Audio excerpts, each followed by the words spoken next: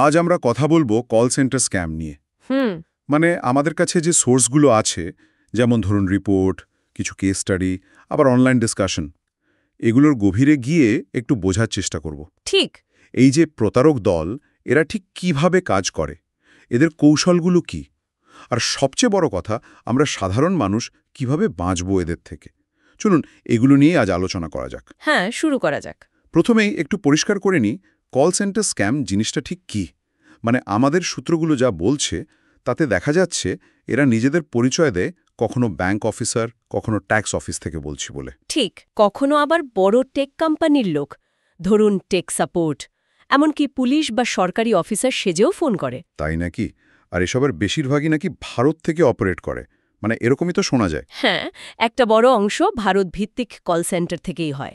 আর এরা তো শুধু বাংলা বা হিন্দিতে নয়, ইংরেজিতেও খুব স্বচ্ছন্দ, তাই আন্তর্জাতিক স্তরেও কাজ চালায়। ও আচ্ছা। আর আরেকটা খুব কমন টাইপ হলো টেক সাপোর্ট স্ক্যাম। মানে আপনাকে ফোন করে বলবে, আরে আপনার কম্পিউটারে তো ভয়ঙ্কর ভাইরাস, বা আপনার অনলাইন ব্যাংকিংয়ে গণ্ডগোল। হ্যাঁ হ্যাঁ, শুনেছি এরকম। এই ভয়টা দেখিয়েই ওরা একটা সফটওয়্যার ইনস্টল করতে বলবে, এনিডেস্ক বা টিম ভিউয়ার, এই ধরনের। মানে রিমোট অ্যাক্সেস নেওয়ার জন্য। একদম। যেই আপনি ইনস্টল করলেন, ব্যাস আপনার কম্পিউটারের পুরো কন্ট্রোল ওদের হাতে। আর তারপর মানে ব্যক্তিগত তথ্য নেওয়া বা ব্যাংক থেকে টাকা সরানো খুবই সোজা হয়ে যায়। সর্বনাশ! সম্প্রতি এরকম ঘটনার খবরও তো বেশ আসছে, তাই না? ঠিক তাই। এই তো কিছুদিন আগেই সূত্র থেকে যা জানা যাচ্ছে, দিল্লির কাছে পলোয়ালে পুলিশ একটা কল সেন্টার রেড করে 11 জনকে ধরেছে। প্রায় 40 লাখ টাকার জালিয়াতি। 40 লাখ? হ্যাঁ, আর পশ্চিমবঙ্গ সাইবার ক্রাইম ইউনিটও কিন্তু বেশ অ্যাক্টিভ। কলকাতাতেই, মানে সাউথ কলকাতায়, মাইক্রোসফটের নাম করে চালাচ্ছিল একটা টেক সাপোর্ট স্ক্যাম, সেটাও বন্ধ করেছে ওরা। আচ্ছা আচ্ছা, কলকাতাতেও তাহলে? কলকাতাতেও। এমনকি আরও সাংঘাতিক ঘটনাও আছে। ধরুন টুইটার ব্যবহার করে কাশ্মীর বা কলকাতা থেকেই অপারেট করছিল বোধহয় এক ৭০ বছর বয়সী ভদ্রলোকের থেকে ডিজিটাল ডিটেনশনের ভয় দেখিয়ে।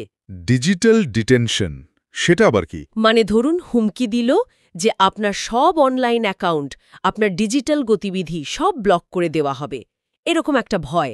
আর সেই ভয় দেখিয়ে প্রায় ৩ কোটি টাকা হাতিয়ে নিয়েছে। ৩ কোটি?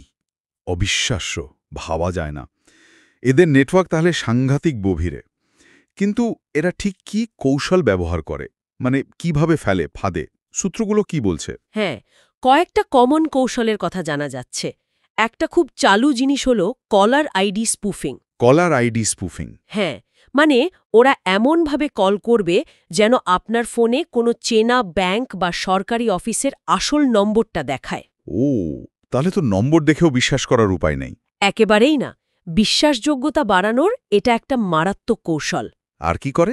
ওরা না প্রায়ই একটা বাধাগত, মানে স্ক্রিপ্ট অনুযায়ী কথা বলে। এমনভাবে বলবে যাতে ভয় লাগে বা খুব তাড়া লাগে, মানে এক্ষুনি এটা না করলে আপনার অ্যাকাউন্ট বন্ধ হয়ে যাবে বা পুলিশ কেস হবে। চাপ সৃষ্টি করে আর কি। ঠিক, যাতে আপনি ঠান্ডা মাথায় ভাবার সময়ই না পান। আর ওই যে বললাম, remote access software, AnyDesk, team viewer, এগুলো ইনস্টল করানো তো ওদের একটা মূল অস্ত্র। আচ্ছা।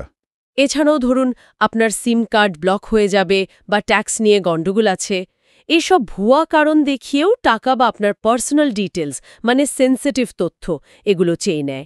এই সব কৌশল জানার পর এখন সবচেয়ে জরুরি প্রশ্ন হল, আমরা সাধারণ মানুষ কিভাবে সতর্ক থাকব, বাঁচব কিভাবে? দেখুন, কয়েকটা বেসিক জিনিস মাথায় রাখলে অনেকটাই বাঁচা যায়। যেমন ধরুন, অচেনা নম্বর থেকে বারবার কল আসছে বা শুধু একটা রিং হয়ে কেটে যাচ্ছে, যেটাকে ওয়ান রিং স্ক্যাম বলে। হ্যাঁ হ্যাঁ। ওই নম্বরগুলোতে কল ব্যাক না করাই ভালো, বা ধরুন উত্তর না দেওয়া। আর সবচেয়ে জরুরি, আপনার ওটিপি, পাসওয়ার্ড, কার্ড নম্বর, সিভিভি, এই ধরনের কোনো গোপন তথ্য ফোনে কখনো কাউকে দেবেন না। একদমই না। ব্যাংক বা কোনো কোম্পানি তো ফোনে এসব চায় না, তাই না? কখনোই না। কোনো আসল সংস্থা এগুলো ফোনে চাইবে না। আর যদি কেউ ধরুন সফটওয়্যার ইনস্টল করতে বলে বা স্ক্রিন শেয়ার করতে চায়? সোজা না বলে দিন। কেউ যদি বলে এনিডেস্ক বা ওই জাতীয় কিছু ইনস্টল করতে, ভুলেও করবেন না, যদি না আপনি নিজে বিশ্বস্ত কাউকে টেক সাপোর্টের জন্য ডেকে থাকেন। আর ধরুন কোনো কলের সন্দেহ হলো, মনে হচ্ছে কেউ পুলিশ বা ব্যাংক অফিসার সেজে ভয় দেখাচ্ছে বা অদ্ভুত কিছু বলছে, তখন কলটা কেটে দিন সঙ্গে সঙ্গে। তারপর নিজে সেই ব্যাংক বা অফিসের অফিসিয়াল ওয়েবসাইটে যান, সেখান থেকে নম্বর নিয়ে ফোন করে খবর নিন ব্যাপারটা সত্যি কিনা। ভয় পেয়ে বা আবেগের বশে হুট করে কিছু করবেন না। আচ্ছা, সূত্রগুলোতে কলকাতা শহরের নামটা যেন একটু বিশেষভাবে আসছে, তাই না? হ্যাঁ, কিছু অনলাইন ফোরাম যেমন রেডিটে আলোচনা দেখলে মনে হয় কলকাতাকে অনেকে স্ক্যাম কল সেন্টারের একটা বড় হাব ভাবে।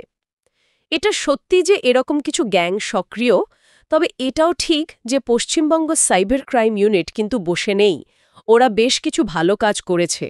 ওই মাইক্রোসফট স্ক্যামটা ধরা, এটাও তো বড় সাফল্য। কিন্তু হ্যাঁ, সমস্যাটা আছে। বোঝা গেল। আর ধরুন এত সাবধান থাকার পরেও কেউ যদি দুর্ভাগ্যবশত ফেঁসে যান, প্রতারিত হন, তখন কি করার আছে? তখন যত তাড়াতাড়ি সম্ভব, একদম দেরি না করে লোকাল থানায় একটা এফআইআর করতে হবে। আচ্ছা। আর তার সাথে সাথেই ভারত সরকারের যে national cyber crime reporting portal আছে, cybercrime.gov.in, ওখানে অনলাইনে অভিযোগ জানাতে হবে, নিজের ব্যাংককে জানাতে হবে, ফোন কোম্পানিকে জানাতে হবে, ট্রাইয়ের কাছেও রিপোর্ট করা যায়। যত তাড়াতাড়ি জানাবেন তত ভালো। টাকা ফেরত পাওয়ার বা প্রতারকদের ধরার একটা সুযোগ থাকে। সব মিলিয়ে যা বোঝা গেল, এই কল সেন্টার স্ক্যাম জিনিসটা কিন্তু বেশ সিরিয়াস, আর এটা বাড়ছে। প্রতারকদের কৌশলগুলো খুব ধূর্ত হচ্ছে দিন দিন।